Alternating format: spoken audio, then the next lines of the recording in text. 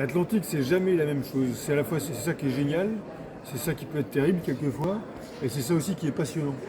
Et donc, voilà, je ne sais plus exactement combien j'ai de transatlantique, c'est presque prétentieux de dire ça, mais je pense que j'en ai entre 15 et 20. En course, pas en course, sur des gros bateaux, des bateaux plus petits, en solitaire, en double, en équipage.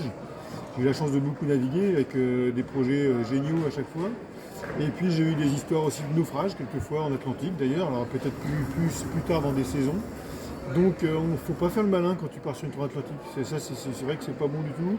On a quelques jours où on doit passer le golfe de Gascogne, quelquefois ça dure un peu plus parce qu'on est quand même sujet à la météo. Quelquefois la météo qui dit on part dans les Atlantiques très rapidement, des fois ça se passe pas comme ça.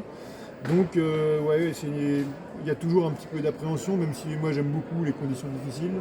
Mon passif m'a fait comprendre que fallait quand même faire souvent attention. Et malgré ça, j'y retourne et je suis passionné de tout ça. Mais avec quand même quelquefois comment dire, un peu plus de sécurité maintenant. Il se trouve que depuis un accident que j'ai pu avoir il y a 3 ans, j'ai été formateur en stage de survie.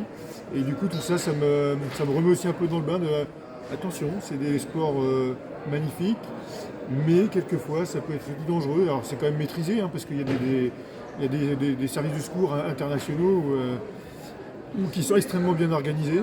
Et c'est pour ça qu'il y a peu d'accidents maintenant, en tout cas des accidents dramatiques dans la course au large. Mais il faut savoir que ça peut quand même arriver.